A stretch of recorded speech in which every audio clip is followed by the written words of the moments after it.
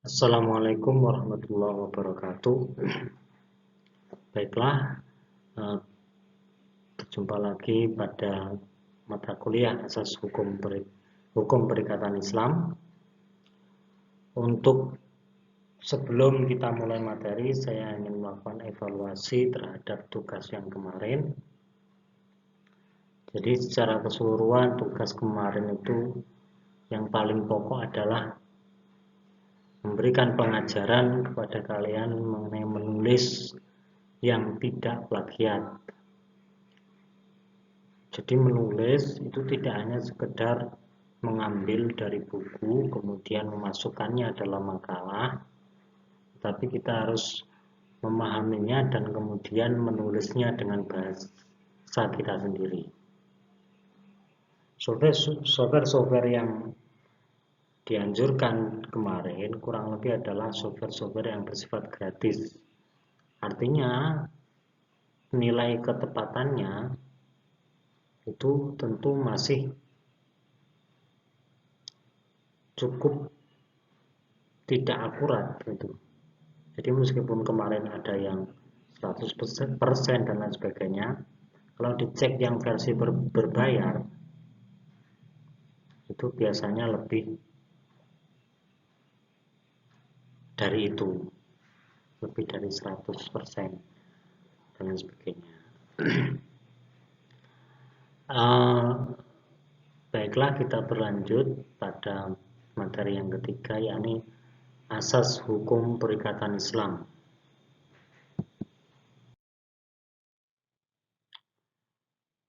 Di pertemuan pertama atau sebelum kita membahas isi materi kali ini, di pertemuan pertama saya belum sempat menyinggung bagaimana sistem penilaian pada mata kuliah ini. Yang pertama yang perlu kita ketahui bahwa semua mata kuliah apapun itu diharuskan untuk daring. Dalam daring ini satu-satunya sarana yang paling baik dalam penilaian adalah tugas. Di media untuk menilai apakah mahasiswa itu bagus atau tidak dalam mengikuti materi mata kuliah itu tergantung pada tugas. Kenapa? Karena UTS, UAS, dan kehadiran itu tidak bisa dipantau oleh dosen secara langsung. UTS kalian bisa searching Google sana sini, UAS juga. Oleh karena itu, untuk mata kuliah ini, prosentase nilai tugas itu lebih besar daripada UTS maupun UAS. Tugas itu adalah 40%. Artinya kalau kalian mendapat nilai 100, nanti 40%-nya dari 100 itu berapa? Kemudian UTS juga 25%-nya, UAS juga 25%. Lalu sisanya 10% di mana? Yang 10% adalah nilai kehadiran kalian, keaktifan kalian. Itu 10%-nya. Jadi, harap diperhatikan bahwa untuk mata kuliah ini persentase yang terbesar adalah nilai tugas. Baiklah, saya lanjut. Bagaimana sistem pembelajaran dilakukan? Media utama dalam mata kuliah ini adalah e-learning, Yayan Ponorogo. Media pendukungnya apa? Media pendukungnya adalah Google Meet. Nanti ada 1 atau 2 kali pertemuan. Jadi pokoknya 1 kali atau 2 kali nanti kita akan Google Meet. Kemudian penugasan menggunakan Google Form. Dan kemudian diskusi menggunakan WhatsApp. Jadi kalian jangan hanya Kemudian setelah mengerjakan tugas atau membaca materi, kemudian itu saja yang dilakukan. Tapi harapan dalam kelas ini kalian kemudian saling berdiskusi di WhatsApp. Misalnya setelah membaca materi saya atau melihat video ini kemudian kalian kurang jelas dengan penjelasan saya, maka bisa ditanyakan di WhatsApp. Nah, nanti yang menjawab tidak langsung saya. Nah, teman kalian yang mungkin lebih paham bisa ikut menjawab juga, dan itu nanti saya pantau terus gitu. Itu sistem perguruan kita. Nanti akan saya tanggapi di akhir sebagai kesimpulan atas diskusi kalian. Ini layaknya sebagaimana di kelas seperti itu. Cuman bedanya pematerinya ini seluruhnya adalah saya. Kemudian apabila ada pertanyaan yang tidak paham, ditanyakannya di WhatsApp. Feedback yang ada di absen itu bukan isinya pertanyaan. Yang ada di absen, feedback itu adalah tanggapan kalian tentang pembelajaran hari ini itu bagaimana? Positif, negatif, atau netral? Itu ya. Baiklah, kita lanjut ke materi setelah dipahami sistem pembelajaran dalam mata kuliah Hukum Perikatan Islam ini. Yang pertama, setelah kita kemarin 2 kali itu semuanya adalah pengantar umum. Jadi kemarin itu kalian saya kasih tugas tentang artikel itu hanya untuk mengantarkan kepada kalian bahwa seperti ini loh wujud dari mata kuliah ini. Dan nanti arahnya akan kemana? Setelah saya memahami ini akan dapat saya gunakan untuk apa? Ternyata ketika kalian serius membuat artikel seharusnya kalian sudah paham. Ternyata aplikasi-aplikasi hukum perikatan Islam dalam kenyataan maupun dalam undang-undang atau dalam sistem hukum nasional itu sudah meluas dan seterusnya. Dan nantinya memahami hukum perikatan Islam itu menjadi penting. Gitu. Kita lanjut ke yang pertama adalah mengenai asas-asas dari hukum perikatan Islam. Dalam materi ini kalian diharapkan untuk mengetahui, menguasai, mampu menjelaskan asas-asas hukum perikatan Islam. Tujuan pembelajarannya, kalian mengetahui asas-asas umum hukum perikatan Islam. Goalnya adalah kalian mampu menjelaskan secara rinci asas umum hukum perikatan Islam. Lanjut. Asas umum hukum perikatan Islam di dalam Al-Quran dan Sunnah itu apa saja? Kita lanjutkan. Yang pertama, hukum asal dalam muamalah adalah boleh, kecuali ditemukan dalil yang melarang. Ini asas kebolehan. Bahwa dalam bermuamalah, sebelum ada dalil yang melarang atau ada indikasi itu ada larangannya, itu diperbolehkan. Beda halnya dalam perkara ibadah. Jadi kalau muamalah itu boleh melakukan dulu, baru kalau ketemu dalil yang melarangnya, maka berhenti melakukannya. Itu maksudnya.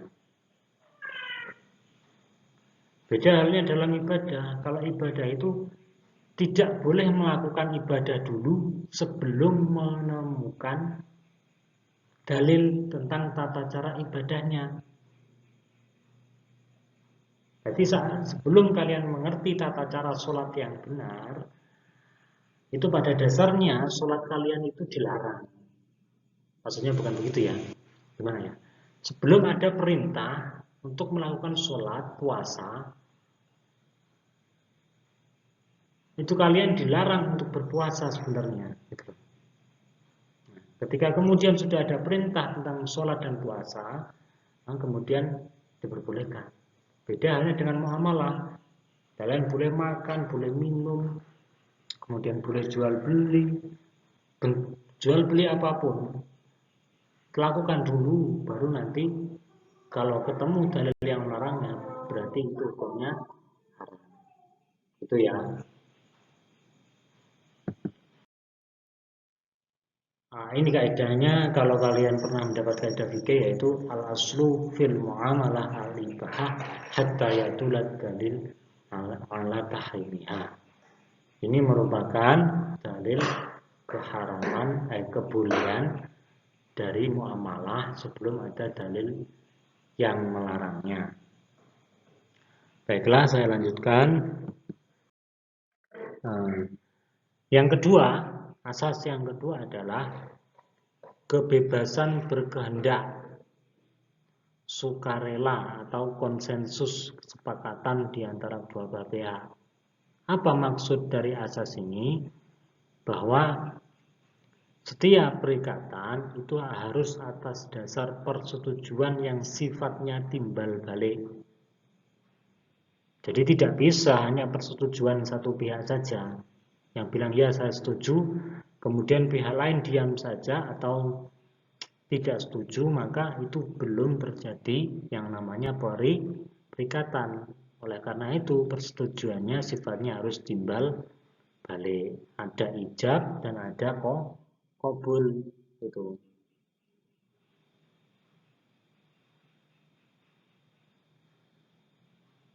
Gimana contoh ijab qabul yang paling bagus ya? Kalau kalian pengen lihat ijab qabul yang bagus paling baik itu ada di ijab qabulnya orang yang menikah. Itu paling jelas gitu. Jual beli seandainya dicara dengan cara seperti itu apakah boleh? Boleh sekali.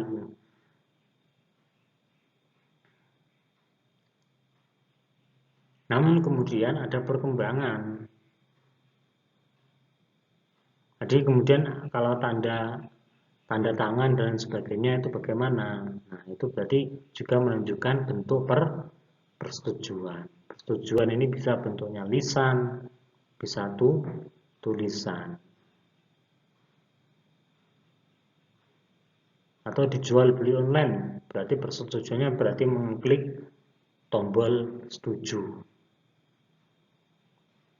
Kemudian persetujuan itu juga harus bebas, sukarela, tidak dipaksa. Jadi kalau orang setuju tapi karena dipaksa, maka itu sama halnya dengan tidak setuju. Ya, orang tanda tangan, tapi kemudian ada indikasi bahwa tanda tangannya itu karena suatu paksaan, maka perikatannya bisa dibatalkan. Selain itu, konsensus atau kesepakatan itu juga tidak dibuat dalam keadaan mabuk atau dengan bercanda atau karena kesalahan. Jadi salah tanda tangan, ya, ada dua kontrak, yang satu kontrak jual beli dengan harga 1 juta, yang satu kontrak harga jual beli dengan 1,5 juta. Nah, terus ketika disodorkan, kemudian itu awal-awal kesepakatannya harganya adalah 1,5 juta, kemudian ditawar mau dengan harga 1 juta. Ternyata oleh pihak setelah tawar menawar dan mau saat tanda tangan yang disodorkan adalah yang 1,5 juta. Nah, berarti kan itu karena kesalahan, karena penipuan. Oleh karena itu, persetujuan yang diperoleh melalui paksaan, penipuan, representasi yang keliru, atau cara ilegal lainnya membuat kontrak tidak valid dalam syariat. Dalilnya apa? Ya ayyuhalladzina amanu la ta'kulu amwalakum bainakum bil batil. Jadi wahai orang-orang yang beriman, janganlah memakan harta sesamamu dengan cara yang batil. Apa cara yang batil itu? Yakni paksaan, penipuan, representasi yang keliru, atau cara yang ilegal. Saya lanjutkan. Yang kedua adalah larangan horor. Horor itu maknanya apa? Horor itu bermakna tidak pasti, ketidakpastian. Kemudian horor itu berarti juga spekulasi. Horor juga berarti bahaya atau resiko.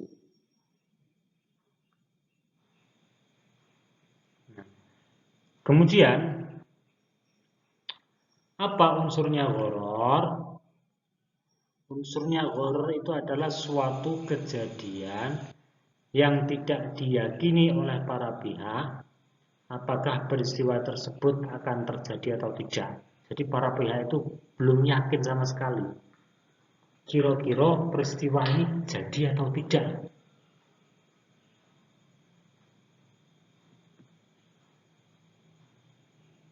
Kemudian sesuatu yang tidak sepengetahuan para pihak sebenarnya jadi satu juga. Lantaran dia tidak yakin itu karena tidak sepengetahuan para pihak.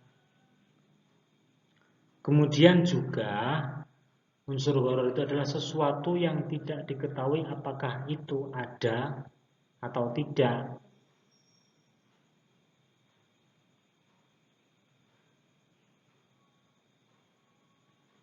Sesuatu yang diperolehnya diragukan. Dan terakhir sesuatu yang kuantitas dan kualitasnya tidak diketahui. Contohnya apa? Penjualan ikan di air. Jadi orang jual beli ikan di kolam, ikannya belum diangkat dari air. Nah, itu sudah diperjualbelikan. Jadi satu kolam ini saya beli segini dengan perkiraan segini. Nah, itu kan tidak diyakini oleh para pihak, juga tidak sepengetahuan para pihak. Kuantitas dan kualitasnya juga tidak diketahui. Jual beli burung yang sedang terbang di udara. Apa enak sing gelem. Kemudian janin dalam kandungan. Jadi jual beli anak sapi tapi calon anak sapi gitu ya. Jual beli janin dalam kandungan atau buah pohon di awal musim.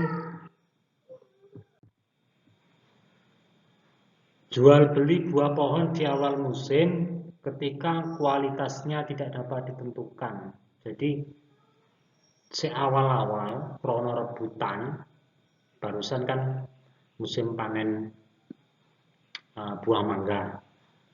Karena buahnya sekali yang rebutan, pedagang itu akhirnya inden.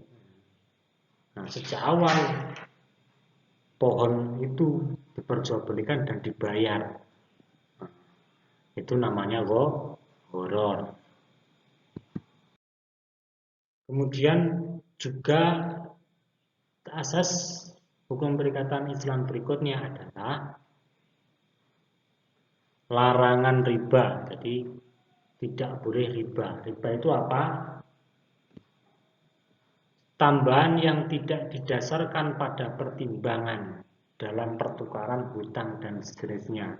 Jadi ada transaksi hutang, transaksi pertukaran jual beli, dan transaksi lainnya yang kemudian tambahan terhadap sesuatu tersebut tidak didasarkan pada alasan yang jelas dan pertimbangan yang memang secara komersil atau secara ukuran wajar itu patut dihargai. Jadi moro-moro ditambahi. Seperti kalau dalam hutang itu karena durasi waktunya tambah. Nah, itu kan tidak, pertimbangannya kan kurang kuat. Maka kemudian itu dinamakan riba.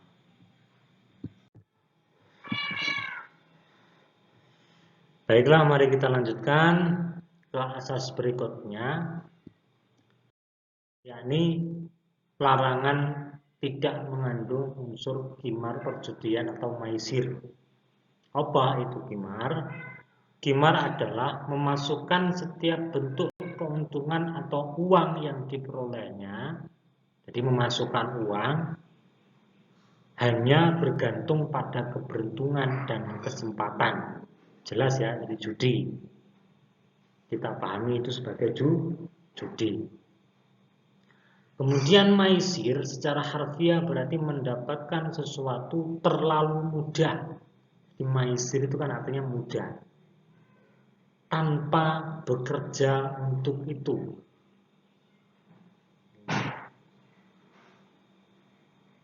Bentuk yang paling dikenal adalah berjudi dengan cara membuang undi dengan panah berdasarkan prinsip undian. Itu maisir. Yang pertama tadi gharar, kemudian kesepakatan, adanya kesepakatan para pihak, kemudian tidak boleh gharar, tidak boleh riba, tidak boleh maisir. Itu asasnya. Kita lanjutkan asas berikutnya. Larangan adanya tipu daya. Apa itu khilafah atau wish atau tipu daya? Ini penipuan mengacu pada segala upaya yang dilakukan oleh salah satu pihak untuk mendorong seseorang agar menandatangani suatu kontrak tanpanya orang tersebut seharusnya tidak mau. Ini juga mengacu pada menyembunyikan cacat dan pemalsuan dalam barang dagangan. Contohnya jual beli emas misalnya ya. Kemudian dalam proses jual beli emas itu dibilang emasnya 24 karat murni dengan harga segini. Nah, kalau seandainya kita tahu ternyata itu bukan 24 karat murni, maka kan seharusnya tidak mau membayar dengan harga segitu.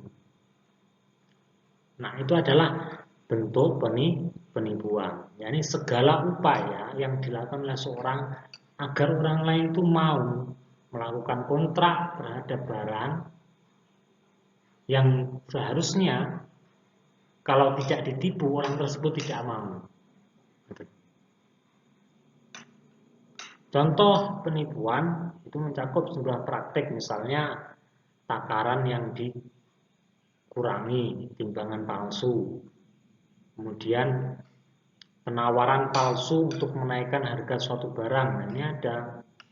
Jadi kalian di pasar, kemudian ibu-ibu kan sering ngenyang, sering sekali menawar harga. Dan ada orang lain pura-pura datang menawar dengan harga yang cukup mahal. Nah, itu namanya jual beli najashi. Kemudian menjegal penduduk sebelum sampai ke pasar. Jadi di tengah-tengah itu dicegah, kemudian ditipu, gitu loh. Bahwa harga di pasar itu lebih murah daripada harga yang dia beli sekarang.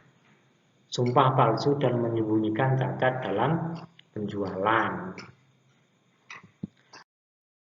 Kemudian prinsip selanjutnya adalah larangan dua kontrak yang saling tidak konsisten atau kontrak bersyarat.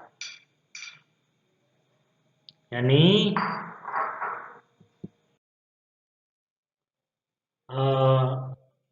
contohnya adalah penjualan dua barang yang berbeda. Contohnya, saya jual ini kepada Anda asalkan Anda mau menjual rumah Anda dengan harga ini. Jadi gelem tuku kalau orang tersebut mau menjual rumahnya. Kemudian contoh yang kedua adalah penjualan kontingensi. Ya, ini terjadi ketika sebuah kontrak dibuat bergantung pada kontrak lain ketika keduanya tidak konsisten. Misalnya, A berkata kepada B, saya menjual rumah saya kepada Anda jika C menjual rumahnya kepada saya. Di sini Penyelesaian kontrak pertama bergantung pada kontrak kedua. Penjualan suatu objek untuk dua harga. Ini saya percepat sedikit, nanti contohnya bisa dibaca ya. Selanjutnya,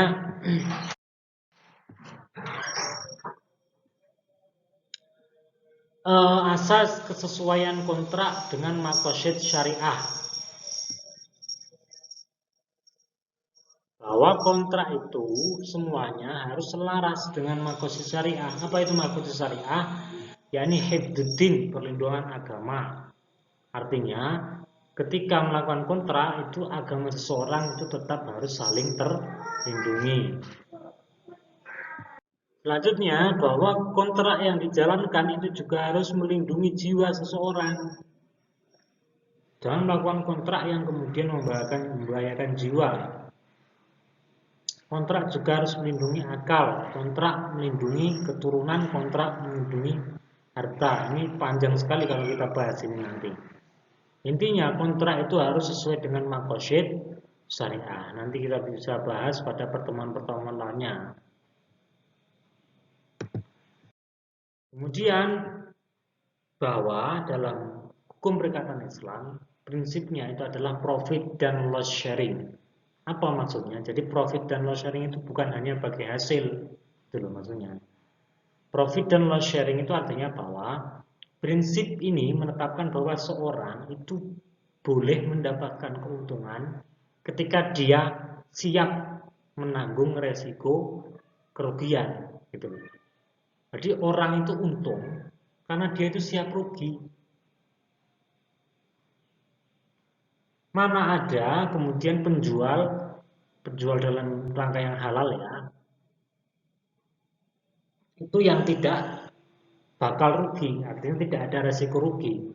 Karena resiko kerugian itulah kemudian dia berhak menetapkan laba atas yang dijualnya. Itu. Prinsip tersebut berlaku dalam sejumlah kontrak seperti kontrak penjualan, persewaan, dan kemitraan.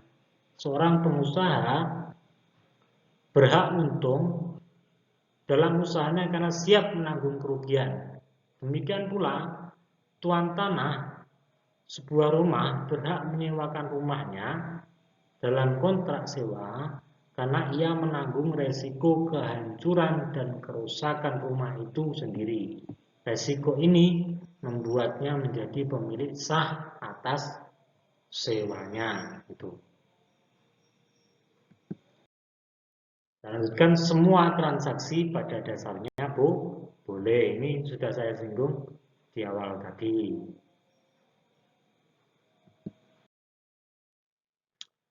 Jadi saya simpulkan beberapa prinsip penting yang mengatur kontrak dan transaksi komersial adalah sebagai berikut.